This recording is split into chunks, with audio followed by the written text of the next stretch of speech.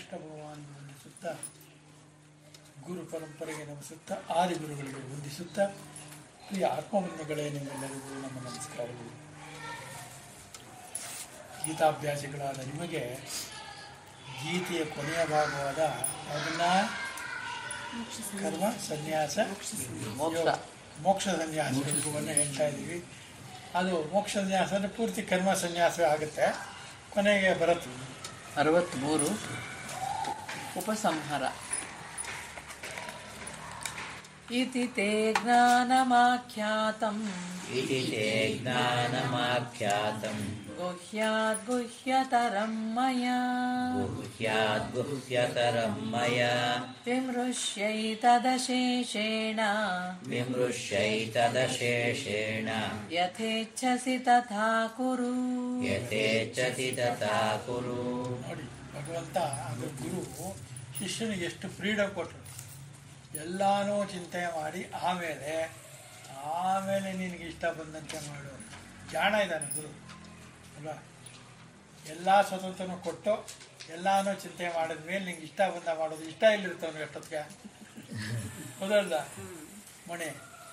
ಇದನ್ನು ಗಮನ ಇಟ್ಟು ಈ ಶ್ಲೋಕಗಳನ್ನ ಕೇಳಬೇಕು. ಈ ಕೊನೆ ಶ್ಲೋಕಗಳು ಎಷ್ಟು ಚೆನ್ನಾಗಿದೆ ಅಂದರೆ ಇದನ್ನು ಪೂರ್ತಿ ನಂಬಿಕೆ ಇಟ್ಟು ಪುನರ್ಜನ್ಮವನ್ನು ನಂಬಿಕೆ ಇಟ್ಟು, ಮಾನವ ಜನ್ಮವನ್ನು ನಂಬಿಕೆ ಇಟ್ಟು, ನಾನು ಮಾನವನಾಗಿರೋದು ಇದು ನಂಬ್ತೀನಿ ಅಂತ ಪೂರ್ಣ ನಂಬಿಕೆಯಿಂದ ಇದನ್ನು ಹೇಳ್ಕೋಬೇಕು.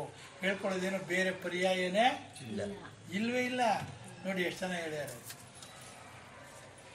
ಹೀಗೆ ಗುಹ್ಯಕ್ಕಿಂತಲೂ ಗುಹ್ಯತರವಾದ ಜ್ಞಾನವು ನನ್ನಿಂದ ಹೇಳಲ್ಪಟ್ಟಿರುತ್ತದೆ. ಇದನ್ನು ಅಶೇಷವಾಗಿ ವಿಮರ್ಶೆ ಮಾಡಿ ನಿನಗೆ ಹೇಗೆ ಇಚ್ಛೆಯಾಗುವುದೋ ಹಾಗೆ ಮಾಡು. ಇಂದಿನ ಮುಖ್ಯ ಉದ್ದೇಶ ಏನು ಅಂದರೆ, ನಹಿ ಜ್ಞಾನೇನ ಸದೃಶಂ ಪವಿತ್ರ ಇಹ ವಿದ್ಯತೆ. ಜ್ಞಾನಕ್ಕಿಂತ ಮಿಗಿಲಾದದ್ದು ಬೇರೆ ಇಲ್ಲ ಅನ್ನೋದು ಇವತ್ತಿನ ಸಬ್ಜೆಕ್ಟ್. ಅದನ್ನು ಕುರಿತೇ ಮಾತಾಡ್ತಾ ಹೋಗ್ತೀನಿ. ಅವ್ರು ಹೇಳಿರೋದು ಅದೇನೇ, ಪೂರ್ತಿ 4 ಶ್ಲೋಕ ಆಗ್ಬೋದು ಇವತ್ತು. ಅಷ್ಟು ಮಾಡೋಣ, ಏನು ಹೇಳ್ತಾರೆ ನೋಡೋಣ. ಹೀಗೆ ನಿನಗೆ ಈ ಜ್ಞಾನವು ನನ್ನಿಂದ ಸರ್ವಜ್ಞನಾದ ಈಶ್ವರನಿಂದ ಹೇಳಲ್ಪಟ್ಟಿರುತ್ತದೆ, ತಿಳಿಸಲ್ಪಟ್ಟಿರುತ್ತದೆ. ಅಲ್ಲಿ ಜ್ಞಾನೇಶ್ವರ ಅಂತ ಆಯ್ತು ತಾನೆ? ಅದೇ ಈ ಕೃಷ್ಣ ಹೇಳ್ತಾ ಇರೋದು. ಇದು ಗುಹ್ಯಕ್ಕಿಂತಲೂ ಅಂದರೆ ಗುಟ್ಟಿಗಿಂತಲೂ ಗುಹ್ಯತರ ಹೆಚ್ಚು ಗುಹ್ಯ. ಗುಟ್ಟು ಎಂದರ್ಥ.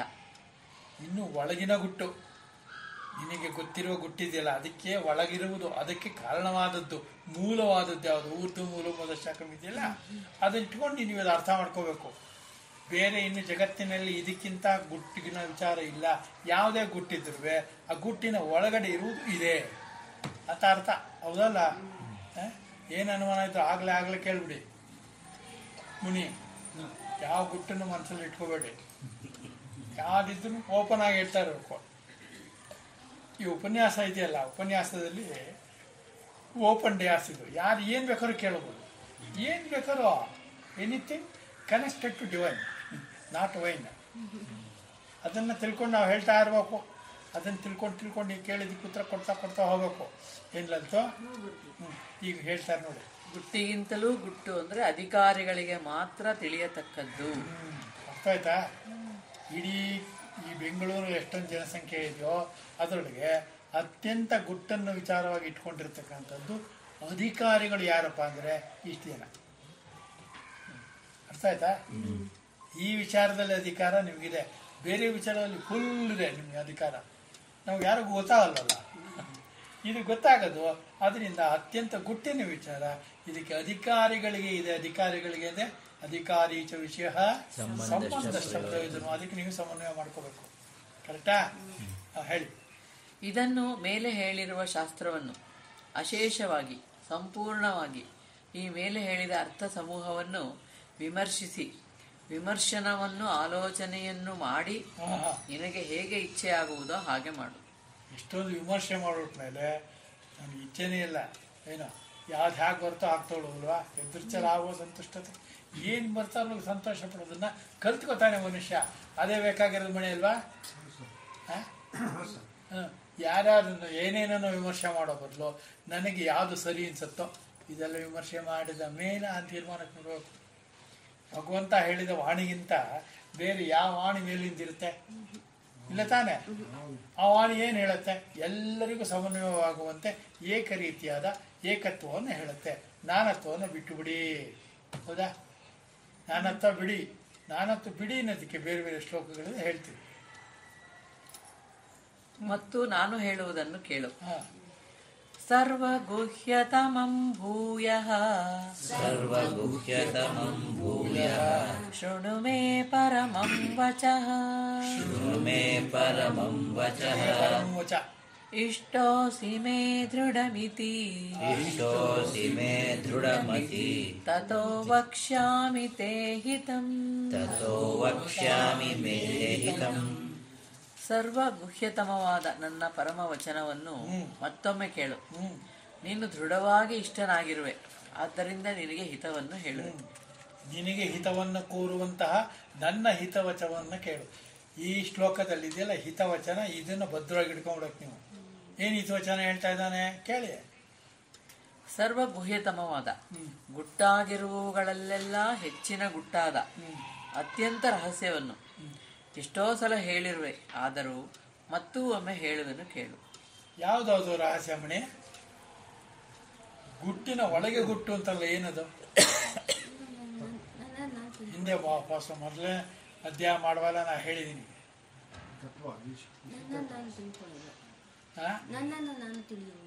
ತಿಳ್ಕೊಳ್ಳೋದಕ್ಕಿಂತ ಬೇರೆ ಏನನ್ನು ತಿಳ್ಕೊತಾ ಇರೋದು ಬಿಡುವುದು. ಬೇರೆ ಎಲ್ಲ ಇತರ ವಿಚಾರ, ಪ್ರಪಂಚದ ವಿಚಾರವನ್ನು ಬಿಟ್ಟುಬಿಟ್ಟು ನೋ ದಿ ಥಿಂಗ್, ಅಂದರೆ self awareness, self understanding, self ನಿಜವಾಗ್ಲೂ ಇರ್ತಕ್ಕಂಥದ್ದೇ ಆತ್ಮವಿಚಾರ. ಆತ್ಮವಿಚಾರ ಅಂದರೆ ಬೇರೆ ಯಾರ್ದೋ ಇದು ಅಂತ ತಿಳ್ಕೋಬಾರ್ದು. ನನ್ನ ವಿಚಾರ, ನನ್ನನ್ನು ಬೆಳಗುವ ಪವಿತ್ರವಾದ ವಿಶುದ್ಧವಾದ ಚೈತನ್ಯದ ವಿಚಾರ. ಏನು ಹೇಳಿ? ನನ್ನನ್ನು ಹಾಗೂ ಎಲ್ಲವನ್ನೂ ಬೆಳಗುತ್ತಿರುವ ವಿಶುದ್ಧ ಚೈತನ್ಯದ ವಿಚಾರ. ಅರ್ಥ ಆಯ್ತಾ? ನಷ್ಟ ಹೇಳ್ಬೇಕಾ? ವಿಶುದ್ಧವಾದ ಚೈತನ್ಯ ಅಂದರೆ ಬೇರೆ ರಜೋ ಮತ್ತು ತಮೋ ಇಲ್ಲದೆ ಇರತಕ್ಕಂಥ ಸತ್ವಗುಣವನ್ನೂ ಮೀರತಕ್ಕಂಥ ವಿಶುದ್ಧ ಸತ್ಯದ ಚೈತನ್ಯ. ಅರ್ಥ ಆಯ್ತಾ? ವಿಶುದ್ಧ ಸತ್ಯ ಚೈತನ್ಯ. ಇದು ಮೇ ಈಕ್ವಲ್ಸ್ ಮಮ, ನನ್ನ ಪರಮವಾದ ಹೆಚ್ಚಿನ ವಚನ ವಾಕ್ಯ. ಇದು ವ್ಯಾಸರ ಬಾಯಿಂದ ಬಂದಿರತಕ್ಕಂಥ ಅತ್ಯುತ್ತಮವಾದ ಅತ್ಯಂತ ಗುಟ್ಟಿನ ವಿಚಾರವಾಗಿರ್ತಕ್ಕಂಥದ್ದು ಭಗವಂತನ ಬಾಯಿಂದ ಬಂದಿದೆ ಅನ್ನುವುದು ಪರಮ ರಹಸ್ಯ. ಹೌದಲ್ವಾ? ನನ್ನನ್ನು ನಾನು ತಿಳಿದುಕೊಳ್ಳುವುದು ಎಲ್ಲವನ್ನೂ ತಿಳಿದುಕೊಳ್ಳುವುದಕ್ಕಿಂತ ಅತ್ಯಂತ ಪ್ರಮುಖವಾದ ಮೊದಲಾದ ವಿಚಾರವಾಗಿದೆ. ಯಾರದು? Self awareness, self study. This is called self study. ನನ್ನನ್ನು ನಾನು ಅರ್ಥ ಮಾಡ್ಕೊಳ್ಳೋದು, ನನ್ನನ್ನು ನಾನು ವಿಶ್ಲೇಷಿಸುವುದು, ನನ್ನನ್ನು ನಾನು ಸಂಶ್ಲೇಷಿಸಿಕೊಳ್ಳುವುದು. ಇಲ್ಲಿವರೆಗೂ ವಿಶ್ಲೇಷಣೆ, ಇನ್ನು ಮುಂದೆ ಎಲ್ಲ ಸಂಶ್ಲೇಷಣೆ, ಅಧ್ಯಯನ ಮಾಡುವುದು ಅಂತ ಅರ್ಥ. ಏನು ಹೇಳ್ತಾರೆ ನೋಡಿ. ಅಂಜಿಕೆಯಿಂದಲಾಗಲಿ ಪ್ರಯೋಜನವಾಗಬೇಕೆಂಬ ಕಾರಣದಿಂದಲಾಗಲಿ ಹೇಳುವುದಿಲ್ಲ. ಮತ್ತೇನೆಂದರೆ ಮೇ ಮಮ, ನನಗೆ ದೃಢವಾಗಿ ತಪ್ಪದೆ ಇಷ್ಟನು ಪ್ರಿಯನು ಎಂದಿಟ್ಟುಕೊಂಡು, ಆದ್ದರಿಂದ ಆ ಕಾರಣದಿಂದ ನಿನಗೆ ಹಿತವಾದದ್ದನ್ನು ಜ್ಞಾನವನ್ನು ಪಡೆದುಕೊಳ್ಳುವುದಕ್ಕೆ ಬೇಕಾದ ಹೆಚ್ಚಿನ ಸಾಧನವನ್ನು ಹೇಳುವೆನು, ತಿಳಿಸುವೆನು. ಏಕೆಂದರೆ ಅದೇ ಹಿತಗಳಲ್ಲೆಲ್ಲ ಹೆಚ್ಚು ಹಿತವಾಗಿರುವುದು. ಇನ್ನೊಂದು, ನಾರಾಯಣನಿಗೆ ಬಹಳ ಹಿತವಾದದ್ದು ಯಾರು? ಲಕ್ಷ್ಮಿ. ನರ. ಲಕ್ಷ್ಮಿ ಸೆಕೆಂಡ್, ಗೊತ್ತೇ ನಿಮ್ಗೆ? ಜ್ಞಾನನ ಸೆಕೆಂಡ್, ಮೊದಲು ನರನೇ ಬಹಳ ಇಂಪಾರ್ಟೆಂಟು. ನರ ನಾರಾಯಣ ಅಂತ ಒಟ್ಟೆ ಉಪಯೋಗಿಸ್ಬೋದು ಬದನ. ನರ ನಾರಾಯಣನ. ನರ ಅಂದರೆ ನಾರಾಯಣನ ಅರ್ಧ ಭಾಗ, ಕೊಂಚ ಭಾಗ ಅಲ್ವಾ? ಲಕ್ಷ್ಮಿ ಕೂಡ ಭಾಗನೇ. ಆದರೆ ನರ ಅನ್ನತಕ್ಕಂಥ ಭಾಗ ಇದೆಯಲ್ಲ, ಇದು ಎಲ್ಲವನ್ನೂ ಈ ಭಗವದ್ಗೀತೆ ಅದಕ್ಕೆ ಪ್ರೂಫು.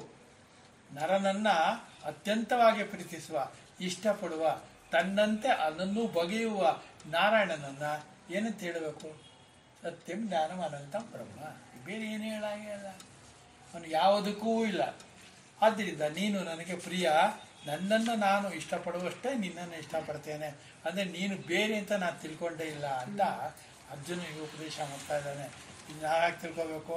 ನಾವೆಲ್ಲರೂ ನರರು, ನಾವೆಲ್ಲರೂ ನಾರಾಯಣನಿಗೆ ಪ್ರಿಯವಾದವರು. ಹೌದಲ್ವಾ? ಅಲ್ಲ ರಮೇಶ್? ಹೌದು.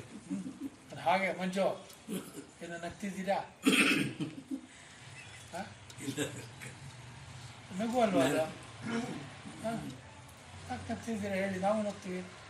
ನಾರಾಯಣನಿಗೆ ಪ್ರಿಯವಾದರು ಅಂತ ಇಂಡಿವಿಜುವಲ್ ಕೇಳಿದ್ರಲ್ಲ ಅದಕ್ಕೆ ಯಾವ ನಾರಾಯಣ ಅಂತ ಯೋಚನೆ ಮಾಡ್ತಿದ್ದೀರಾ? ನೋಡಿ, ಭಾಗವತ ಬಂದಿದ್ದು ಹೇಗೆ ಅಂದರೆ, ನಾರಾಯಣನಿಂದ ಬ್ರಹ್ಮನಿಗೆ ಹೇಳಲ್ಪಟ್ಟಿತ್ತು 4ನೇ ಶ್ಲೋಕದಲ್ಲಿ. ಬ್ರಹ್ಮನಿಂದ ಮಾನಸ ಪುತ್ರನಾದ ನಾರದನಿಗೆ ಹೇಳಲ್ಪಟ್ಟಿತ್ತು. ನಾರದನಿಂದ ಪರಾಶರರಿಗೆ ಹೇಳಲ್ಪಟ್ಟಿತ್ತು.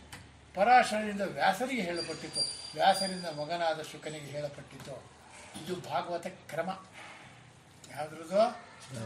ಭಾಗವತದ್ದು. ಭಗವದ್ಗೀತೆದಲ್ಲ, ಜ್ಞಾಪಕ ಇಟ್ಕೊಳ್ಳಿ ಮಂಜು. ಭಗವದ್ಗೀತೆಗೂ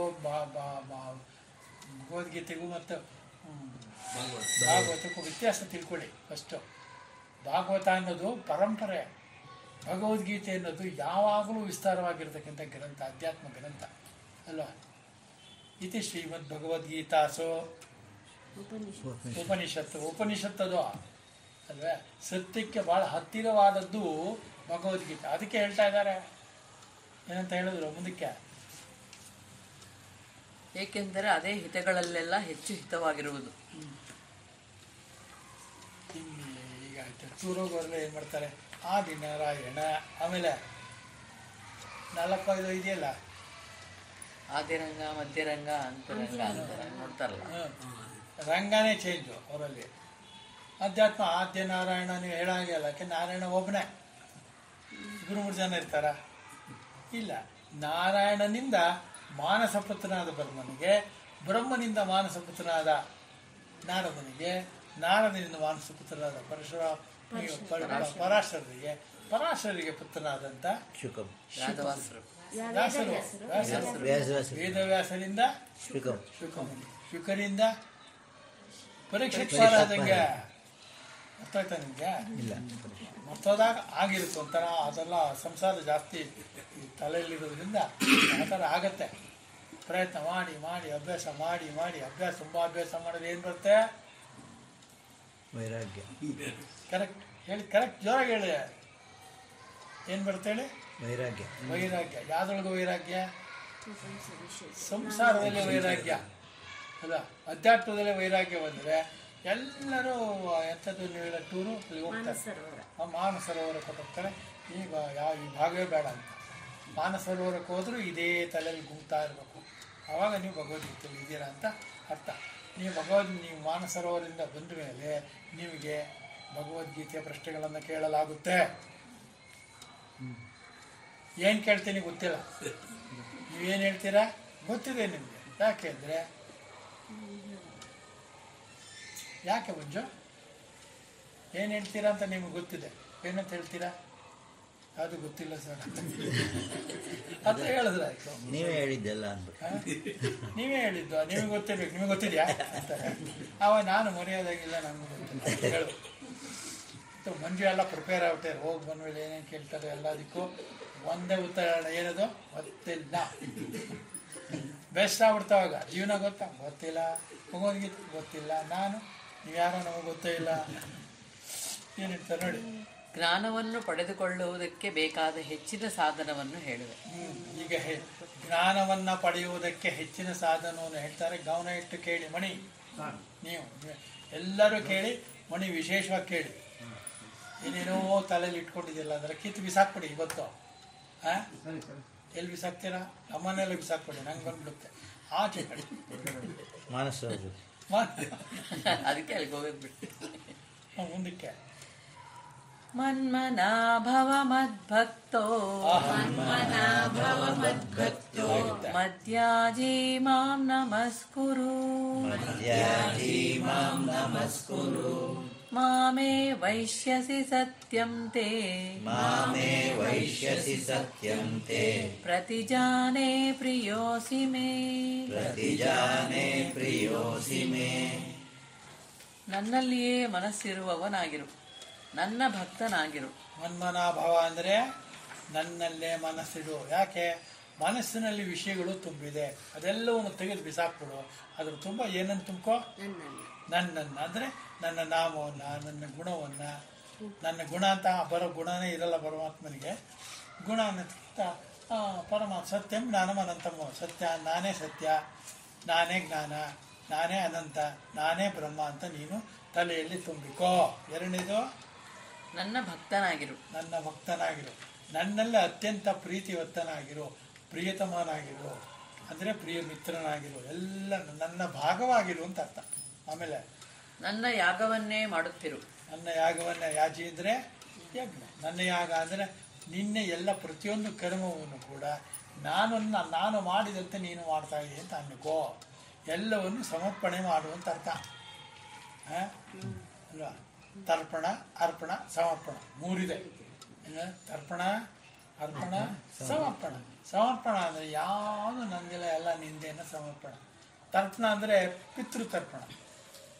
ಕೃತಿಗಳಲ್ಲಿ ಅದನ್ನು ಕೊಡ್ತಕ್ಕಂಥ ಮನುಷ್ಯ ಇದೆಯಲ್ಲ, ಪುರುಷಾರ್ಥದ್ದು ಇದೆಯಲ್ಲ, ಆ ಪ್ರಯತ್ನದಿಂದ ಮಾಡತಕ್ಕಂಥದ್ದು ತರ್ಪಣ ಅಲ್ವಾ? ಮೊದಲನೇದು ಅರ್ಪಣ. ಏನು? ಡೈಲಿ ಪೂಜೆ ಮಾಡ್ತೀವಲ್ಲ, ಇದನ್ನು ಅದು ಅರ್ಪಣ. ಅರ್ಥ ಆಯ್ತಾ? ಅರ್ಪಣ, ತರ್ಪಣ, ಸಮರ್ಪಣ. ಆಮೇಲೆ ನನ್ನನ್ನು ನಮಸ್ಕರಿಸು. ಮಾಂ ನಮಸ್ಕರು. ನಮಸ್ಕಾರ ಗೊತ್ತಾ ಇದೆ ನಿಮಗೆಲ್ಲ. ನನ್ನನ್ನೇ ಸೇರುವೆ. ನನ್ನನ್ನೇ ಸೇರುವೆ. ಸತ್ಯವಾಗಿ ಪ್ರತಿಜ್ಞೆ ಮಾಡುತ್ತೇನೆ, ನೀನು ನನಗೆ ಪ್ರಿಯನಾಗಿರುತ್ತೀಯೆ. ಸತ್ಯವಾಗಿ ಪ್ರಮಾಣ ಮಾಡುತ್ತೇನೆ ಅಂತ ಹೇಳ್ತಿರೋದು ಯಾರು? ಭಗವಂತನೇ ಹೇಳ್ತಾ ಇದ್ದಾನೆ. ನಮ್ಗೇನು ಗೋಳು ಒಪ್ಕೊಳ್ಳಕ್ಕೆ, ನಮ್ಗೆ ಯಾವುದೋ ಇಷ್ಟ ಆಗಲ್ಲ, ಅರ್ಥವಾಗಲ್ಲ, ಭಗವಂತನೇ ನಮ್ಗೆ ಬೇಕಾಗಿಲ್ಲ. ಯಾಕೆ ಬೇಕಾಗಿಲ್ಲ? ಅರ್ಥವಾಗಲ್ವಲ್ಲ, ಅದರಿಂದ ಬೇಕಾಗಿಲ್ಲ.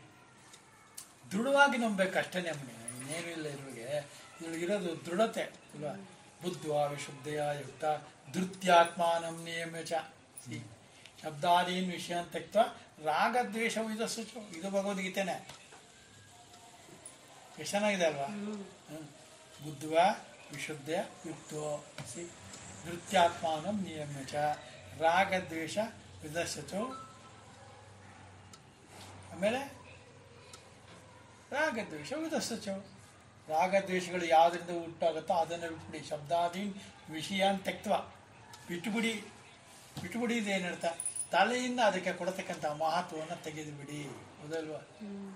ತೆಗಿದೇ ಇದ್ರೆ ಏನಾಗುತ್ತೆ? ಮಣಿ ಜ್ಞಾಪಕ ಇಟ್ಕೊಳ್ಳಿ, ಇದೊಂದು ಶ್ಲೋಕ ಜ್ಞಾಪಕ ಇಟ್ಕೊಳ್ಳಿ. ಮೋಘಾಶ, ನನ್ನ ಆಶ ಏನಿದೆ ಅದು ವ್ಯರ್ಥ. ಆಮೇಲೆ ಕರ್ಮ, ಅದಕ್ಕೆ ಕರ್ಮ ಇದೆ ನನ್ನ ಆಶ. ಅದರಿಂದ ಬರತಕ್ಕಂಥ ಜ್ಞಾನ ನಾಶ. ಯಾವ್ದು ವ್ಯರ್ಥ ಅಂತ. ನಾಶ ಮೀನ್ಸ್ ಅದಕ್ಕೆ ಮುಂಚೆ ಇರೋದು ಮೋಘ ಅಂದರೆ ವ್ಯರ್ಥ ಅಂತ. ನನ್ನ ಆಸೆಗಳು, ನನ್ನ ಆಸೆಗಳಿದೆಯಲ್ಲ ಅದು ವ್ಯರ್ಥ. ಅದಕ್ಕೆ ಅದನ್ನು ಪಡೆಯುವುದಕ್ಕೆ ಮಾಡುವುದಕ್ಕೆ ಕರ್ಮ ಇದೆಯಲ್ಲ, ಆ ಕರ್ಮಗಳೆಲ್ಲವೂ ವ್ಯರ್ಥ. ಅದರಿಂದ ಬರತಕ್ಕಂಥ ಜ್ಞಾನವು ವ್ಯರ್ಥ. ವ್ಯರ್ಥವಾದನ್ನು ಯಾಕೆ ಮಾಡ್ತೀರಿ? ಅಲ್ವ ಮಣಿ? ಅಷ್ಟೇ. ಇದು ಭಗವದ್ಗೀತೆ ಶ್ಲೋಕನೇ ಆಗಿದೆ. ನೀವು ನೋಡಿದ್ದೀರಲ್ಲ, ಏನು ಹೇಳ್ತಾನೆ ನೋಡಿ.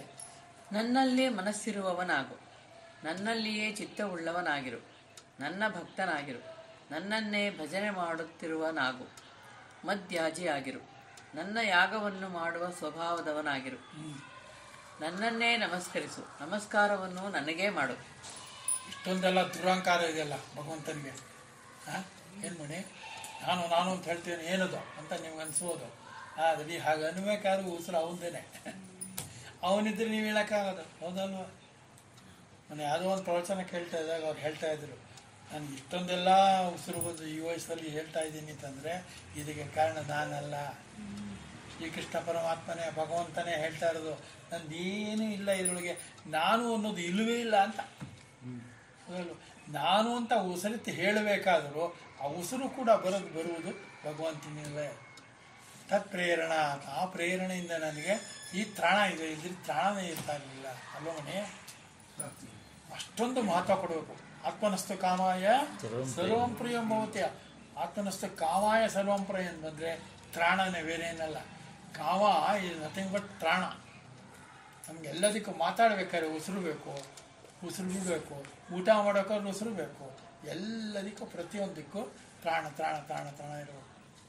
ಹಾಗಿದ್ದಾಗ ಮಾತ್ರ ನಾವು ಜೀವನವನ್ನು ಸೊಗಸಾಗಿ ಆ ನಾರಾಯಣನ ಅಂಶವಿದ್ದಂತೆ ನರನಂತೆ ಬದುಕಬಹುದು ಅಂತ ಹೇಳಿದ್ದಾರೆ. ಈಗ ಬದುಕಿದವರು ಮಹಾತ್ಮರು ತುಂಬ ಜನ ಇದ್ದಾರಲ್ವ ಮಣಿ? ಇದ್ರಲ್ವ ಮಣಿ? ಈಗ ಅವರೆಲ್ಲ ಎಲ್ಲಿ ಹೋಗ್ಬಿಟ್ರು? ಶಂಕರಾಚಾರ್ಯರಿಂದ ಹಿಡಿದು ಇಲ್ಲಿಯವರೆಗೂ ಇರತಕ್ಕಂಥ ನೀವು ಅಂದುಕೊಂಡಿರುವ ಎಲ್ಲ ಮಹಾತ್ಮರು ಕೂಡ ಮಹಾತ್ಮರಾಗಿರುವುದು ಭಗವಂತನ ಕೃಪೆಯಿಂದಲೇ.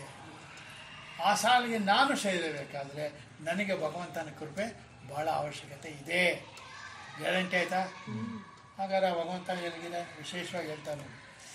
ಇಲ್ಲಿ ಹೀಗೆ ಇರುವವನಾಗಿ ವಾಸುದೇವನಲ್ಲಿಯೇ ಸಾಧ್ಯವನ್ನು, ಸಾಧನವನ್ನು, ಪ್ರಯೋಜನವನ್ನು ಸಮರ್ಪಿಸುತ್ತಿದ್ದರೆ ನನ್ನನ್ನೇ ಸೇರುವೆ, ನನ್ನ ಬಳಿಗೆ ಬರುವೆ. ಈಗ ಈ ಸಂಶಯ ಇದ್ರೆ 3 ಜನಗಳಿಗೆ ಇದನ್ನ ಹೇಳಿದ್ರೇನು ಪ್ರಯೋಜನ ಇಲ್ಲ ಅಂತ. ಯಾರು? ಅಜ್ಞ, ತಿಳುವಳಿಕೆ ಇರೋನು, ಅನುಮಾನ ಇರೋನು, ಸಂಶಯ, ಕೊನೆಯದದು ಮುದ್ದಿದ್ರೆ ಅಶ್ರದ್ಧೆ. ಅಶ್ರದ್ಧಾನಸ್ಯ ಸಂಶಯಾತ್ಮ ವಿನಶ್ಯತಿ. ಅಜ್ಞ ಆಗಿರಬಾರ್ದು, ಶ್ರದ್ಧೆ ಶ್ರದ್ಧೆ ಇರಬೇಕು, ಮತ್ತೆ ಸಂಶಯ ಇರಬಾರ್ದು, ಸಂಶಯ ಇರಬಾರ್ದು. ನಮ್ಮ ಪ್ರತಿಯೊಂದರೊಳಗೂ ಸಂಶಯ ತೆಗಿತಾ ಇದ್ರೆ ನನ್ನ ಮಗಂಗೂ ಈ ಜಗತ್ತಿನಲ್ಲಿ ನಿಮ್ಮ ಸಂಶಯನ ನಿವಾರಣೆ ಮಾಡೋಕ್ಕೆ ಸಾಧ್ಯವಾಗುವುದಿಲ್ಲ. ಹೌದಲ್ವಾ? ಈಗ ನಮ್ಮ ಕೆಲವೆಲ್ಲ ಇದೆ, ಆದಿದೇವ ಅಂತ್ಯದೇವ ಇದೆಲ್ಲ ಇದೆ. ಆದಿ ಮಧ್ಯಾಂತರಹಿತನು ಇವನು ಯಾರು? ನಾರಾಯಣ. ಆದಿ ಮಧ್ಯಾಂತರಹೀನನು ಜ್ಞಾನ. ನಹಿ ಜ್ಞಾನೇನ ಸದೃಶಂ ಅಂದ್ರೆ ಅರ್ಥ, ನಹಿ ಜ್ಞಾನೇನ ಸದೃಶಂ ಇಹ ವಿದ್ಯತೆ. ಈ ಜಗತ್ತಿನಲ್ಲಿ ಯಾವುದಾವುದು ವಿದ್ಯೆಗಳನ್ನು ನೀವು ತಿಳ್ಕೊಂಡಿದೆಯೋ ಅಥವಾ ಪ್ರಚಲಿತದಲ್ಲಿದೆಯೋ ಅದೆಲ್ಲದಕ್ಕಿಂತ ಉತ್ತಮವಾದದ್ದು ಯಾವುದು? ಆತ್ಮವಿದ್ಯೆ. ಅದನ್ನೇನಂತ ಕರೆದ್ರು? ಪವಿತ್ರ ಅಂತ ಕರೆದ್ರು. ಪವಿತ್ರಂ ಇಹ ವಿದ್ಯತೆ. ಈ ಜಗತ್ತಲ್ಲಿರ್ತಕ್ಕಂಥ ಪ್ರಪಂಚದಲ್ಲಿರ್ತಕ್ಕಂಥ ವಿದ್ಯೆಗಳಲ್ಲೆಲ್ಲ ಅತ್ಯಂತದ್ದು ಈ ಆತ್ಮವಿದ್ಯೆಯಾಗಿದೆ ಅಲ್ವಾ? ನಹಿ ಜ್ಞಾನೇನ ಸದೃಶಂ, ಇದಕ್ಕಿಂತ ಉತ್ತಮವಾದದ್ದು ನೀನು ಇಲ್ವೇ ಇಲ್ಲ ಅಂತ ಹೇಳಿದ್ರು.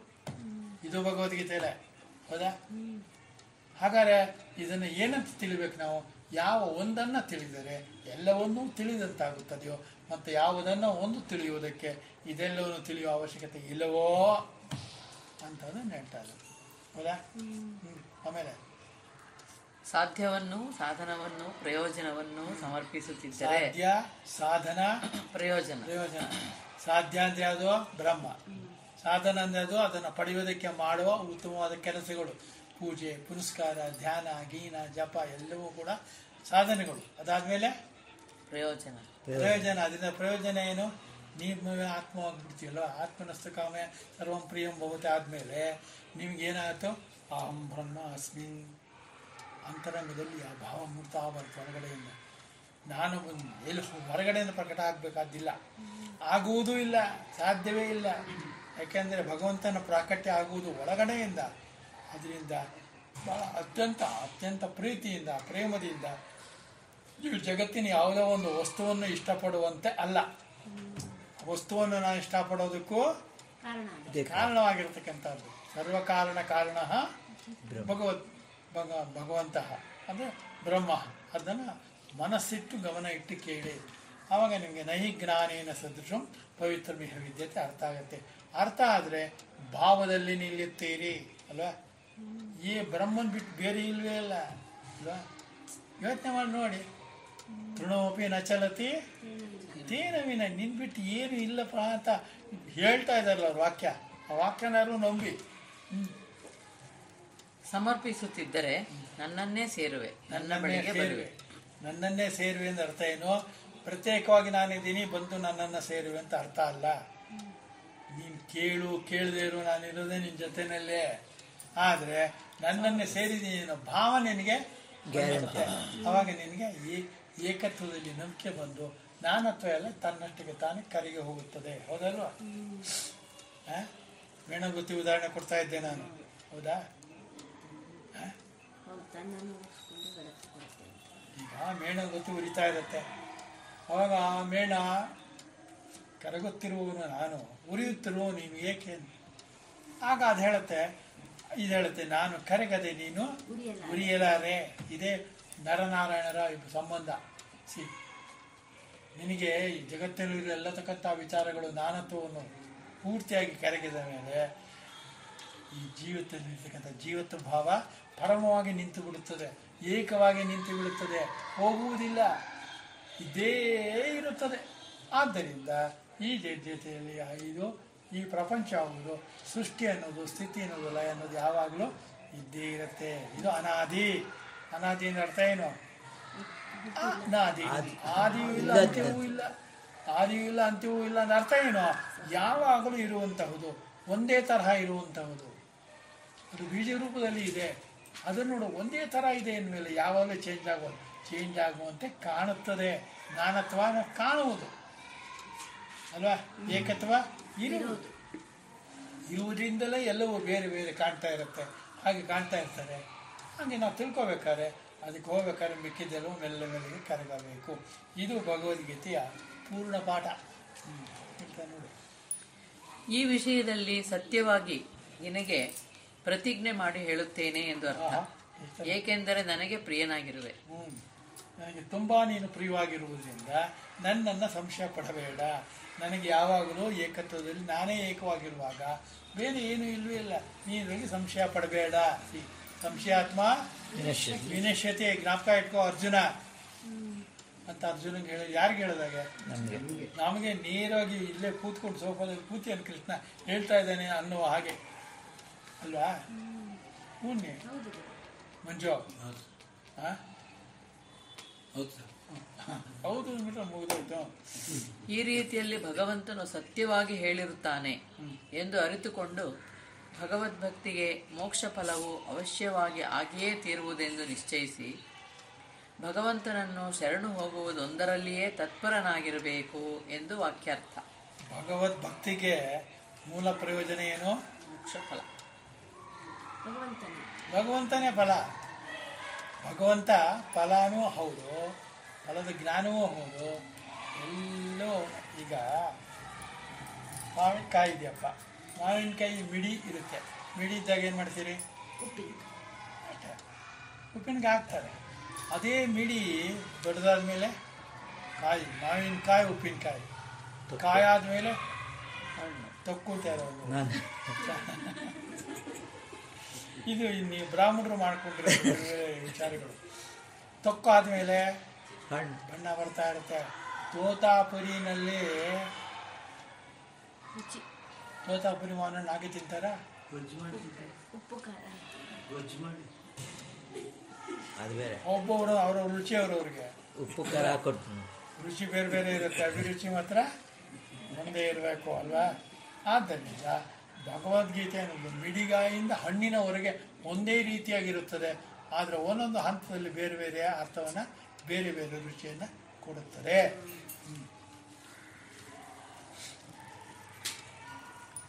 ಕರ್ಮಯೋಗ ನಿಷ್ಠೆಯ ಪರಮ ರಹಸ್ಯವಾದ ಈಶ್ವರ ಶರಣತ್ವವನ್ನು ಉಪಸಂಹಾರ ಮಾಡಿ ಇನ್ನು ಈಗ ಕರ್ಮಯೋಗ ನಿಷ್ಠೆಯ ಫಲವಾದ ಸರ್ವ ವೇದಾಂತಗಳಲ್ಲಿಯೂ ಹೇಳಿರುವ ಸಮ್ಯಜ್ಞಾನವನ್ನು ಹೇಳಬೇಕೆಂದು ಈ ವಾಕ್ಯವನ್ನು ಹೇಳುತ್ತಾನೆ.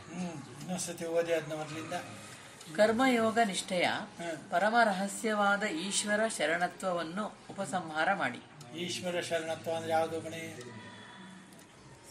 ನಾನು ಮಾಡಿದ ಕರ್ಮದ ಎಲ್ಲ ಫಲಗಳು ಪರಮೇಶ್ವರನಿಗೆ ಅರ್ಪಿತ. ಯಾಕೆ ಅಂದ್ರೆ ಅವನೇ ಮಾಡ್ತಾ ಇರೋದು ನನ್ನ ಮೂಲಕ ಅಂತ ನಾ ಸೇರಿಸ್ಬಿಟ್ಟು ಹೋಯ್ತು. ನನ್ನ ಮೂಲಕ ಏನಿಲ್ಲ, ನಾನು ನಿಮಿತ್ತ ಮಾತ್ರ, ಅಭಿನ್ನ ನಿಮಿತ್ತ ಉಪಾಧಿ ಕಾರಣ ಇದಂ ಶರೀರಂ. ಹೌದಾ? ಅದು ಮಾಡೋದ್ರಿಂದ ಮುಂದಕ್ಕೆ ಹೆಚ್ಚಿನ ಇದು ಏನಾಗುತ್ತೆ ಅಂತ ನೋಡಿ.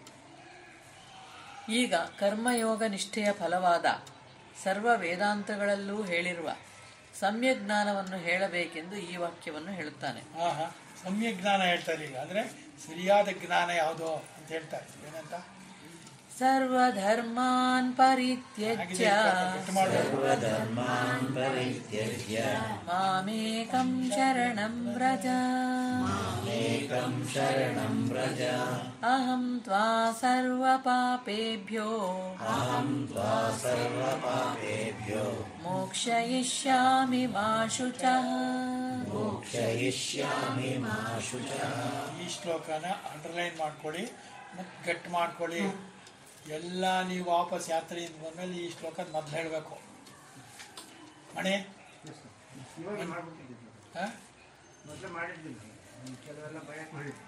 ಮಾಡಿದ್ದೀರಾ? ಮಂಜು ಹಾಗಾದ್ರೆ ಯಾರು ಮಾಡಿಲ್ಲ ಅವ್ರು ಬಂದ್ಮೇಲೆ ಹೇಳಬೇಕು. ಯಾರು ಮಾಡಿಲ್ಲ ಅಂತ ಮಣಿನೇ ಹೇಳಬೇಕು. ಮಾಡಿರೋದಲ್ಲ, ಮಾಡಿಲ್ಲ ಅದನ್ನ ಹೇಳಬೇಕು. ಆ? ಹೌದು, ಯಾರು ಹೋಗ್ತಾರೆ ಯಾತ್ರೆಗೆ ಅವರು. ನೀವು ಯಾತ್ರೆಗೆ ಹೋಗದೆ ಇದ್ರೆ ಯಾವ ಕಂಡೀಷನ್ ಇಲ್ಲ, ಮೊದಲು ನಿಮ್ಗೆ ಕೇಳುತ್ತೆ. ಯಾಕಂದ್ರೆ ನೀವು ಜಾಸ್ತಿ ಟೈಮ್ ಇರುತ್ತೆ ಗಟ್ಟು ಮಾಡಕ್ಕೆ, ಅವ್ರಿಗೆ ಟೈಮ್ ಇಲ್ಲ. ಏನ್ ಮಾಡೋದ? ನೋಡ್ಕೊಂಡು ಓದಾರು ಓದ್ಬೇಕಲ್ಲ. ಈಗ ಹೇಳಿದ್ನಲ್ಲ ಶ್ಲೋಕ ಯಾವ್ದು ಹೇಳಿ?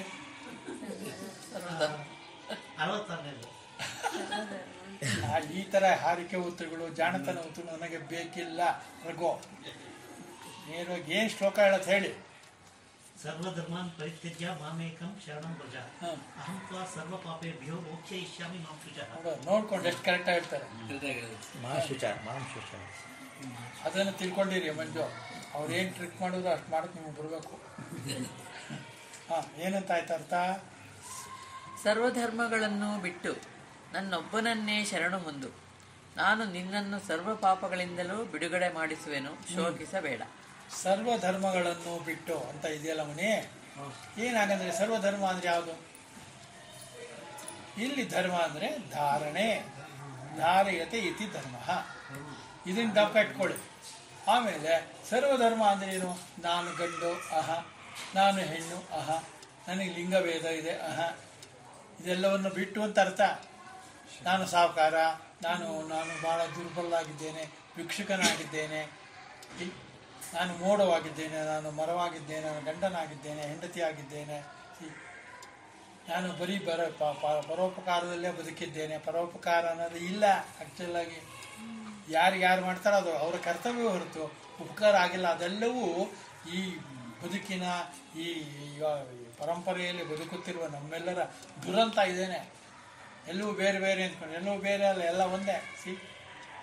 ಅಕ್ಕಿ ಬೇಳೆ ಬೇರೆ ಬೇರೆ ಅಲ್ವಾ? ಎರಡು ಸೇರಿದ್ರೆ ಜೋರಾಗಿ ಹೇಳಿ. ತಿಳಿವೆ ಅಮೂಲೈತಪ್ಪ. ಅದನ್ನು ತಿಂತಿರಲ್ಲ ನೀವು, ಬಿಡೋದೇ ಇಲ್ವಲ್ಲಪ್ಪ. ಯಾವ್ದಾರು ಆಗಲಿ ಬೆರ್ಸಿದ್ರ ಅದಕ್ಕೆ ಬೇರೆ ಹೆಸರಿಟ್ಕೊಂಡಾದ್ರು ತಿಂತೀವಿ. ಬಿಸಿಬೇಳೆ ಬಾತು ಬೇರೆ ಊರು ಬೇರೆ ದೇಶಗಳಲ್ಲಿ ಇದೆಯೋ?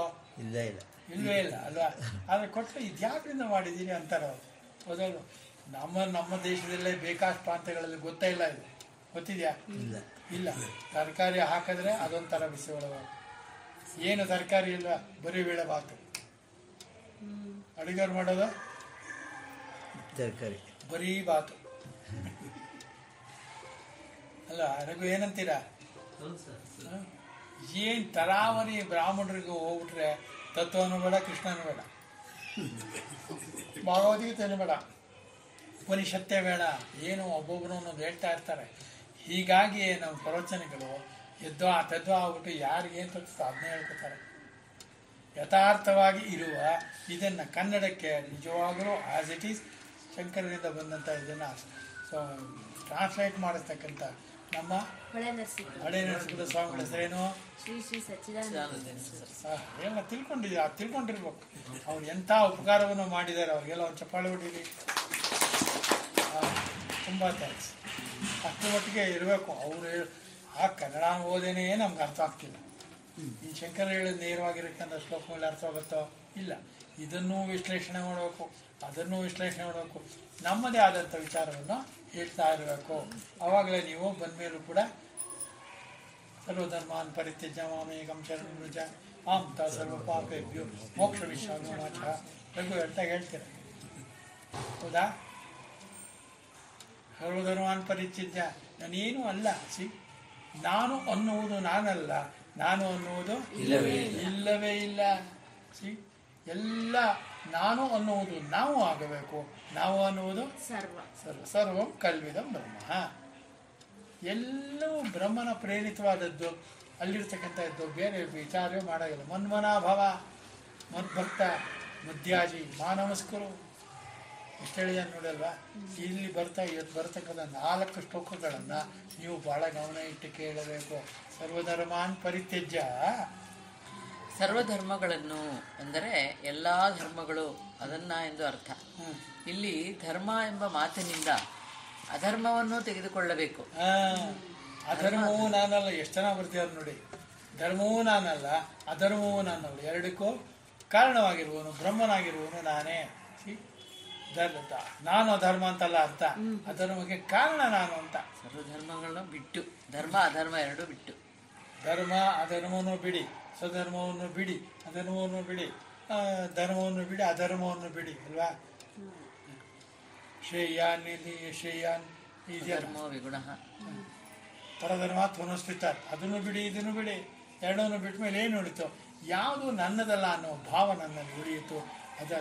ಅದರಿಂದ ನಮಗೆ ಬದುಕುವುದಕ್ಕೆ ಎಷ್ಟು ಬೇಕೋ ಅಷ್ಟೇ ಉಣ್ಣುವುದು, ಆ ಉಣ್ಣುವುದಕ್ಕೆ ಬೇಕಾದ ದ್ರವ್ಯವನ್ನು ಅಷ್ಟೇ ಸಂಪಾದನೆ ಮಾಡುವುದು. ಇದು ನಾವು ಪ್ರಾಕ್ಟೀಸ್ ಮಾಡಬೇಕು. ಕಲಿಯುಗದಲ್ಲಿ ಆಗಲ್ಲ. ಯಾಕಾಗಲ್ಲ? ಯಾಕೆಂದ್ರೆ ನಮಗೆ ಪ್ರೇರಣೆ ಬೇರೆ ಬೇರೆ ಇದೆ. ಹಾಗಾದ್ರೆ ಏನು ಮಾಡಬೇಕು ಸರ್? ಯಾರ ಸವಾಸಕ್ಕೂ ಹೋಗದೆ ಇರಬೇಕು. ಮಂಜು, ಯಾರ ಸವಾಸಕ್ಕೂ ನೀವು ಹೋಗಿದ್ದು ನಂಗೆ ಗೊತ್ತಾದರೆ ಏನು ಮಾಡ್ತೀನಿ ಹೇಳಿ? ನಾನು ಅವ್ರ ಸವಾಸಕ್ಕೆ ಬರ್ತೀನಿ. ಅರ್ಥ ಎಲ್ಲರಿಗೂ ಜೀವನೋಪಾಯನೇ ನಡೆಯಲ್ಲ. ಈ ಕೃಷ್ಣ ಹೇಳಿರ್ತಾರೆ ನಡೆಯೋಕ್ಕೆ ಹೋಗ್ಬಿಟ್ರೆ ಜೀವನೋಪಾಯನೇ ನಡೆಯಲ್ಲ. ಅದಕ್ಕೇನು ಮಾಡಬೇಕು ಅಂದರೆ, ನೀ ಯಾವುದೇ ಕರ್ಮವನ್ನು ಮಾಡಿದ್ರು ಕೂಡ ನನ್ನದು ಅನ್ನೋದು ನಿಮಿತ್ತವಾಗಿದೆ. ಭಗವಂತನ ಪರವ ನಾನು ಮಾಡ್ತಾ ಇದ್ದೀನಿ, ಅವನು ಕೊಡ್ತಾ ಇದ್ದಾನೆ, ಅವನು ಕೊಡಲಿಲ್ಲ, ಭಗವಂತನ ಇಚ್ಛೆ ಅಷ್ಟೇ. ಭಗವದ್ ಇಚ್ಛೆಗೆ ವಿರುದ್ಧವಾಗಿ ನೀವು ಏನೂ ಮಾಡಲಾರಿರಿ, ಮಾಡುವುದಿಲ್ಲ. ಗೊತ್ತೇ ಆಗಲ್ಲ ನಿಮಗೆ ನೀವು ಮಾಡ್ತಿದ್ದೀರ ಅಂತ. ನೀವು ಬರ್ಬೇಕಾದ್ ಬಂದೇ ಬರುತ್ತೆ ಮಣಿ. ನೀವು ಏನೇ ಹೇಳಿ ನೀವು ಬರ್ಬೇಕಾದ್ ಬಂದೇ ಹುಡುಕೊಂಬಂದು ಕೊಡ್ತಾರೆ. ಇದು ನನಗಾಗಿದೆ ಎಕ್ಸ್ಪೀರಿಯನ್ಸು. ಸುಮ್ಮನೆ ಇದ್ರೆ ಅದಷ್ಟೇ ಬರುತ್ತೆ. ಏನು ಅಲ್ಲ, ಅವಾಗ ಇಸ್ಕೊಂಡಿದ್ದ ತೊಗೊಂಡಿದ್ದೀನಿ, ಮರ್ತೇ ಹೋಗಿರುತ್ತೆ, ಕೊಟ್ಟಿದ್ದೀನಿ ನಿಮಗೆ. ಆಮೇಲೆ ನನಗೆ ತಡ್ಕೊಳಕ್ಕಾದ್ರೆ ಕಡಿಮೆ ಅಮೌಂಟ್ ಇದ್ದರೆ ನಿಂದೇನಪ್ಪ ನನಗೇನು ಕೊಡಬೇಡ, ಆಗದೆ ಇದ್ರೆ ಆಯ್ತು ಕೊಡಪ್ಪ, ಇನ್ಯಾರಿಗಾರು ಬೇಕಾದ್ರೆ ಕೊಡೋಕ್ಕಾಗ. ದುಡ್ಡೊಂದೇ ಅಲ್ಲ, ಎಲ್ಲ ವಿಚಾರದಲ್ಲೂ ಇದೇ ಥರನೇ. ಹೌದಾ? ನೀನು ಮಂಜು ನೀವು ಹೇಳಿದ್ದೀರ ಸುಮಾರು. ನಾನು ಹೇಳಿದ್ದೀನಿ, ನೀವು ಕೇಳಿದ್ದೀರೋ? ಸುಮಾರು ಸಲ ಬಿಡಿ, ನೀವು ತುಂಬ ಇವಾಗ ಒಳ್ಳೆದಾಗ್ಬಿಟ್ಟಿದ್ದೀರ. ಅದರಿಂದ ನಮ್ದೇನು ಇಲ್ಲ ಇಲ್ಲಿಯೇ. ನಮ್ಮ ಹತ್ರ ಇರುತ್ತೆ, ಅವ್ರ ಹತ್ರ ಇರುತ್ತೆ. ಸಬ್ ಕುಚ್ ಮೇರಾ ಪಾಸ್ ಹೈ, ಮೇರಾ ನೈ. ಅಷ್ಟು ಚೆನ್ನಾಗಿ ಜ್ಞಾಪಕ ಇರಬೇಕು ಮುಂದಕ್ಕೆ. ಏಕೆಂದರೆ ಇಲ್ಲಿ ನೈಷ್ಕರ್ಮ್ಯವನ್ನು ಹೇಳಬೇಕೆಂದು ಹೊರಟಿರುತ್ತದೆ. ಧರ್ಮಗಳನ್ನು ಬಿಡು ಎಂಬ ಅಕ್ಷರಾರ್ಥವಷ್ಟನ್ನೇ ಹಿಡಿದರೆ ಅಧರ್ಮ ಮಾಡಿದ್ರೂ ಚಿಂತೆ ಇಲ್ಲ ಎಂಬ ಅನಿಷ್ಟವಾದ ಅರ್ಥ ಹೊರಡುತ್ತೆ. ಆದ್ದರಿಂದ ಮುಂದೆ ಉದಾಹರಿಸಿರುವ ವಚನಗಳಿಗೂ ಸರ್ವಕರ್ಮಾಣಿ ಮನಸ ಮುಂತಾದವಕ್ಕೂ ಅನುಗುಣವಾಗಿ ಅಧರ್ಮಗಳನ್ನು ಬಿಡು ಎಂದು ಸೇರಿಸಿಕೊಳ್ಳಬೇಕು. ಇದಕ್ಕೊಂದು ಶ್ಲೋಕ ಇದೆ, ಅಸಕ್ತ ಬುದ್ಧಿ ಸರ್ವತ್ರ ಗೀತಾತ್ಮ ವಿಗತ ಸ್ಪೃಹ ನೈಷ್ಕರ್ಮ ಸಿದ್ಧಿಂ ಪರಮಾಂ. ಸಿದ್ಧಿ ಹೇಳ್ತಾರಲ್ಲಿ, ನೈಷ್ಕರ್ಮ ಸಿದ್ಧಿಂ ಪರಮಾಂ ಸನ್ಯಾಸೇನ ಅಧಿಗಚ್ಚತಿ. ಸಿದ್ಧಿ ಪ್ರಾಪ್ತೋ ಯಥಾ ಬ್ರಹ್ಮ ತಥಾಪ್ನೋತಿ ನಿಬೋಧಮೆ. ನೆಕ್ಸ್ಟ್ ಎಲ್ಲ ಅಲ್ಲೇ ಇದೆ. 3 ಶ್ಲೋಕ ಅದರೊಳಗೆ ಒಂದು ಬರುತ್ತೆ. ಇದೇನೆ ಅಸಕ್ತ ಬುದ್ಧಿ ಸರ್ವತ್ರ. ಯಾವುದ್ರಲ್ಲೂ ನೀವು ಆಸಕ್ತಿನೇ ತೋರಿಸ್ಬೇಕಾಗಿಲ್ಲ. ನಿಮ್ಮ ಯೋಗಕ್ಷೇಮ ನಾನು ನೋಡ್ಕೊಡ್ತೀನಿ. ಅನನ್ಯ ಚಿಂತೆಯಂತೋಮ ಯೋಗಕ್ಷೇಮ ವಾಹಂ. ನಾನು ನೋಡ್ಕೊತೀನಿ, ನಿಂಗೆ ಯಾಕೆ ಅಂತಾನೆ. ಅಲ್ಲ, ಅವ್ನು ನಂಬ್ಕೊಂಡ್ರೆ ಆಗತ್ತೋ? ಅವ್ನು ನಂಬ್ಕೊಂಡ್ರೆ ಆಗತ್ತೋ? ಯಾರು ನೀವು ನಂಬ್ಕೊಂಡ್ರೆ ಆಗತ್ತೇನ್ರಿ? ಆಗಲ್ಲ. ಏನು ಮಾಡೋಕ್ಕಾಗತ್ತೆ? ಏನು ಮಾಡೋಕ್ಕಾಗಲ್ಲ. ಆದ್ದರಿಂದ ಇದನ್ನು ನಂಬಲೇಬೇಕು. ಈಗ ಈ ಜಗತ್ತಿನಲ್ಲಿ ಪ್ರವಚನ ಮಾಡುವವರು ಜಾಸ್ತಿನೋ ಕೇಳೋರು ಜಾಸ್ತಿನೋ? ಕೇಳೋರು ಜಾಸ್ತಿ, ಮಾಡೋರು ಕಡಿಮೆ. ಕರೆಕ್ಟಾ? ಈ ಕೇಳಿದವರ ಪೈಕಿ ಅರ್ಥ ಆಗಿರೋರು ಜಾಸ್ತಿನ, ಅರ್ಥ ಕಮ್ಮಿ ಆಗಿರೋರು ಜಾಸ್ತಿನ? ಅರ್ಥ ಕಮ್ಮಿ ಆಗಿರೋದು. ಅರ್ಥದಿಂದ ಭಾವಕ್ಕೆ ಹೋಗಿ ನಿಂತಿರೋರು ಜಾಸ್ತಿನ? ಇನ್ನು ಏನು ಅರ್ಥ ಆಗಲಿಲ್ಲ ಅಲ್ವ ಈಗ? ಅದರಿಂದ ಸೋಮನಾಥಾನಂದ ಆ ಥರ ಇರೋರು ಭಾವದಿಂದ ಬರೀತಾರೆ. ಗೀತಾ ಭಾವದ ಅರೆ ಅದನ್ನು ಓದ್ತಾ ಇದ್ದಾರೆ ಎಲ್ರೂ? ಮಣಿ ಓದ್ತಾ ಇದ್ದೀರಾ? ಗೀತಾ ಭಾವದ ಅರೆ ಓದ್ಬೇಕು. ಪ್ರತಿಯೊಂದು ವಿಚಾರದಲ್ಲೂ ರಾಮಕೃಷ್ಣರ ವಿಚಾರ ಇರುತ್ತೆ. ಅದನ್ನು ನೀವು ಬೇಕಾದ್ರೆ ತಗೊಳ್ಳಿ, ಬೇಡದಿರಿ ಬಿಡಿ. ಆದರೆ ಗೀತಾ ಭಾವದಲ್ಲಿ ಗೀತೆಗೆ ಬೇಕಾದ ಪ್ರತಿಯೊಂದು ಅಂಶವನ್ನು ಬಿಡದೆ ಭಾವದಿಂದ ಹೇಳಲಾಗಿದೆ. ಅದರಿಂದ ಹೇಳಲಾಗಿದೆ ಭಾವನ ಮುಕ್ತಿ. ಭಾವದಿಂದ ಭಗವಂತ, ಅರ್ಥದಿಂದ ಅಲ್ಲ ಅಲ್ವಾ?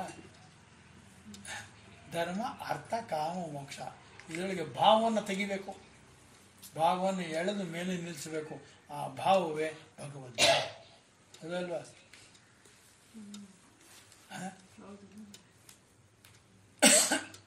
ಬ್ರಹ್ಮಭಾವ ಶ್ಲೋಕ ಇದೆಯಲ್ಲ, ಹೇಳಿದ್ವಲ್ಲ 10. ಬ್ರಹ್ಮಭಾವ ಏನು ಹೇಳಿದ್ದೀನಿ, ಜಾತಿ ನಿರೂಪಕ ಗೋತ್ರಂ ದೂರಗಂ. ಅಲ್ಲಿಂದ 10 ಶ್ಲೋಕಗಳು ಗಟ್ಟು ಮಾಡ್ಬಿಡಿ. ಪರ್ಫೆಕ್ಟಾಗಿ ಹೇಳ್ಯಾರ ಶಂಕರಾಚಾರ್ಯ. ಆ 10 ಶ್ಲೋಕನ ನಿಜವಾಗ್ಲೂ ನೀವು ಭಾವದಿಂದ ನೋಡಿದರೆ, ತಿಳಿದುಕೊಂಡರೆ ಬ್ರಹ್ಮಭಾವ ಬಂದ್ಬಿಡುತ್ತೆ ನಿಮಗೆ. ಬರಲ್ವಾ? ಬರುತ್ತೆ. ಯಾವಾಗ ಮಾಡಬೇಕು, ಮಾಡಿದಾಗ ಬರುತ್ತೆ. ನಿಂಗೆ ಗೊತ್ತೇನೆ ಅದು 10 ಶ್ಲೋಕ ಅಂತ ಅವ್ನು ಯಾರನ್ನು ಕೇಳೋದ್ರಿಂದ ಬರಲ್ಲ, ನೀ ಮಾಡಬೇಕು. ಇಲ್ಲ, ಏನಂದರೆ ಯತ್ನಪೂರ್ವವಾಗಿ ಪ್ರಯತ್ನಪೂರ್ವಕವಾಗಿ ಭಾವವನ್ನು ತಂದು ನಿಲ್ಲಿಸಿಕೊಂಡು ಹಿಂದಕ್ಕೆ ಹೋಗಬಾರದು. ಮತ್ತೆ ತಿರ್ಗಿ ಅದಕ್ಕೆ ಹೋಗೋದು. ಸಂಸಾರ ನಡೀತಾ ಇರುತ್ತೆ, ಅದ್ರ ಪಾಡಿಗೆ ಇದ್ರ ಪಾಡಿಗೆ. ಇದು ಏನು ಹೇಳುತ್ತೆ ಮುಂದಕ್ಕೆ? ಕೆಟ್ಟ ನಡತೆಯನ್ನು ಬಿಟ್ಟವನಲ್ಲದವನು, ಆಮೇಲೆ ಪ್ರಜ್ಞಾನದಿಂದ ಈ ಆತ್ಮವನ್ನು ಪಡೆಯಲಾರನು ಅಂತ ಕಠೋಪನಿಷತ್ತು. ಕಠೋಪನಿಷತ್ತು ಹೇಳುತ್ತಂತೆ. ಕಠೋಪನಿಷತ್ತು ಆಗಿದೆ ನಿಮಗೆ? ಆಗಿದೆ. ಓದಿದ್ದೀರಾ? ಬೇರೆ ಹೂನಲ್ಲ. ಧರ್ಮವನ್ನು ಬಿಡು, ಅಧರ್ಮವನ್ನು ಬಿಡು, ಮೋಕ್ಷ ಧರ್ಮ ಹೇಳುತ್ತೆ. ಮುಂತಾದ ಶ್ರುತಿ ಸ್ಮೃತಿಗಳು ಇದಕ್ಕೆ ಆಧಾರ. ಮೋಕ್ಷ ಧರ್ಮ ಅಂದ್ರೆ ಮಹಾಭಾರತ. ಮಹಾಭಾರತ ಅರ್ಥ ಆಯ್ತಾ? ಮೋಕ್ಷ ಧರ್ಮ ಅದು ಯಾವುದು? ಮಹಾಭಾರತ. ಮತ್ತೆ ಜ್ಞಾಪಕ ಇಟ್ಕೊಂಡು ಎಲ್ಲರೂ ಬರ್ತಾರೆ ಮೋಕ್ಷ ಧರ್ಮ ಮೋದ ಅಂತ ಬರ್ತಾರೆ. ಏನಿದು ಅಂದರೆ ಮೋಕ್ಷ ಧರ್ಮ ಅಂತ ಹೇಳ್ಬೋದು. ಅದೇ ನಿಮಗೆ ಜ್ಞಾಪಕ ಇರಲಿ ಅನ್ನೋದಕ್ಕೆ ಹೇಳಿದ್ದೀನಿ. ಬೇಕಾದ್ರೆ ಇಟ್ಕೊಳ್ಳಿ, ಜ್ಞಾಪಕ ಬೇಕಾದ್ರೆ. ಪುಸ್ತಕದಲ್ಲಿದೆ. ಸರ್ವ ಧರ್ಮಗಳನ್ನೂ ಬಿಟ್ಟು ಅಂದ್ರೆ ಸರ್ವ ಕರ್ಮಗಳನ್ನೂ ಸನ್ಯಾಸ ಮಾಡಿ ಎಂದು ಅಭಿಪ್ರಾಯ. ಸರ್ವ ಕರ್ಮ ಸನ್ಯಾಸ ಪೂರ್ವಕವಾದ ಜ್ಞಾನನಿಷ್ಠೆಯಿಂದಲೇ ಮುಕ್ತಿ ಎಂಬುದನ್ನು ಉಪಸಂಹಾರ ಮಾಡಿದೆ ಎಂದು ಭಾವ. ಎಷ್ಟು ಜನ ಉಪಸಂಹಾರ ಮಾಡಿದಾರಲ್ವಾ. ಆಮೇಲೆ ನನ್ನೊಬ್ಬನನ್ನೇ ಸರ್ವರ ಆತ್ಮನು, ಎಲ್ಲರಲ್ಲಿಯೂ ಸಮನು, ಸರ್ವಭೂತಗಳಲ್ಲಿಯೂ ಇರುವವನು, ಈಶ್ವರನು, ಅಚ್ಯುತನು, ಗರ್ಭ, ಜನ್ಮ, ಮುಪ್ಪು, ಸಾವು ಇವುಗಳಿಲ್ಲದವನು ಆಗಿರುವ ನನ್ನೊಬ್ಬನನ್ನೇ ನಾನೇ ಆತನು ಎಂದು ಶರಣವನ್ನು ಹೊಂದು. ಅಚ್ಯುತಂ ಕೇಶವಂ ರಾಮನಾರಾಯಣಂ ಅಂತಾನೆ ಇರೋದು. ಆಮೇಲೆ ದಾಮೋದರಂ ವಾಸುದೇವಂ ಭಜ. ಎಷ್ಟು ಚೆನ್ನಾಗಿದೆ. ಅದನ್ನ ಹೇಳ್ಕೊತಾ ಇದ್ರೆ ಸಾಕು. ಎಲ್ಲಿಗೆ ಹೋಗ್ತೀರಾ? ಕರೆಕ್ಟ್. ನಿಮ್ಮಲ್ಲೇ ನೀವಿರೋದು. ಅರ್ಥ ಏನು? ಎಲ್ಲ ಕಡೆ ಇರುವ ಪರಮಾತ್ಮನೇ ಇಲ್ಲಿದ್ದಾನೆ, ಅವನು ಇರುವ ಜಾಗದಲ್ಲೆಲ್ಲ ನಾನು ಇದ್ದೇನೆ. ಈ ನಾನು ಅನ್ನುವುದನ್ನು ಪ್ರತ್ಯೇಕಿಸಬೇಡಿ. ಹೌದಲ್ವಾ? ಯಾಕೆಂದರೆ ಪರಮಾತ್ಮನು ಮತ್ತು ಈ ಜೀವಾತ್ಮನು ಏಕವಾಗಿರುವ ಸನ್ನಿವೇಶ ಇದು. ಜೀವಾತ್ಮ ಪರಮಾತ್ಮ ಒಂದೇ, ಅದಲ್ವಾ? ಎಲ್ಲ ಕ್ಷಣಿಕವಾಗಿ ಕಾಣುತ್ತೆ, ಆದರೆ ಯಾವಾಗಲೂ ಶಾಶ್ವತವಾಗಿರುತ್ತೆ. ಜನ್ಮ ಮೃತ್ಯು ಜರ ವ್ಯಾಧಿ ದುಃಖ. ಇದಕ್ಕೆ ಒಳಗಡೆ ಹೋದರೆ ದುಃಖ, ಇಲ್ದಿರ ಏನಿಲ್ಲ. ದುಃಖನೂ ಇಲ್ಲ, ಗಿಕ್ಕನೂ ಇಲ್ಲ. ನ ಪಾಪ ನ ಪುಣ್ಯ ನ ಜನ್ಮ ನ ಮೃತ್ಯು ನ ಮಾತಾ ನ ಪಿತೃ. ಆತ್ಮಶತಕ ಓದಿದ್ದೀರಾ? ಓದ್ಕೊತಾ ಇರಬೇಕು ಮಣಿ. ನಿಮ್ಗೆ ಎಲ್ಲ ಸಂಶಯಗಳು ನಿವಾರಣೆ ಆಗ್ಬಿಡುತ್ತೆ. ಆತ್ಮಶತಕನ ನಾಳೆಯಿಂದನೇ ಶುರು ಮಾಡಿ ನೆಟ್ ಮಾಡೋಕ್ಕೆ. ನಾನು ವಾಯು ಅಲ್ಲ, ಆಕಾಶ ಅಲ್ಲ, ಏನೂ ಅಲ್ಲ. ಏನು? ಶಿವೋಹಂ ಶಿವೋಹಂ, ನಾನು ಶಿವ, ನಾನು ಮಂಗಳನು, ನಿತ್ಯನು, ಸದಾಶಿವನು, ಮಂಗಳನು. ಇದೆಲ್ಲ ಪದೇ ಪದೇ ಹೇಳಬೇಕು ಅಲ್ಲ. ಅದೇ ಆತ್ಮಷಟ್ಕ ಅಂದರೆ 6 ಶ್ಲೋಕ ಇದೆ. 6 8 6 ಇದೆ. ಅದನ್ನು ನೀವು ಸರಿಯಾಗಿ ಗಮನ ಇಟ್ಟು ನೋಡಿ. ಮುಂದಕ್ಕೆ ನನಗಿಂತ ಬೇರೆ ಯಾವುದೂ ಇಲ್ಲ ಎಂದು ನಿಶ್ಚಯಿಸಿಕೋ ಎಂದು ಅರ್ಥ. ನನ್ನನ್ನು ಬಿಟ್ಟು ಬೇರೆ ಯಾವುದೂ ಇಲ್ಲ. ನಾನು, ನೀನು ಅನ್ನೋದು ನಾನೇ. ರುದ್ರಾಷ್ಟ್ರ ನಾನೇ, ಮೋದಿ ನಾನೇ, ಟ್ರಂಪು ನಾನೇ. ಇದೆಲ್ಲ ಒಂದು ಲೀಲೆ ಅಷ್ಟೇ, ಒಂದು ನಾಟಕ ಥರ. ಎಷ್ಟು ಸತಿ ಯುದ್ಧಗಳಾಗಿದೆ, ಎಷ್ಟೊಂದು ಯುದ್ಧ ಅಂತ ಏನು ಸಿಕ್ಕಿದೆ? ಏನು ಸಿಕ್ಕಿಲ್ಲ ಯಾರಿಗೂ. ಸತ್ತ ಇದ್ದೋನಿದ್ದ ಹೋದೋನೋದ. ಶೋಕ ಪಡೋದಿಲ್ಲ ಯಾರು? ಗತಾಹ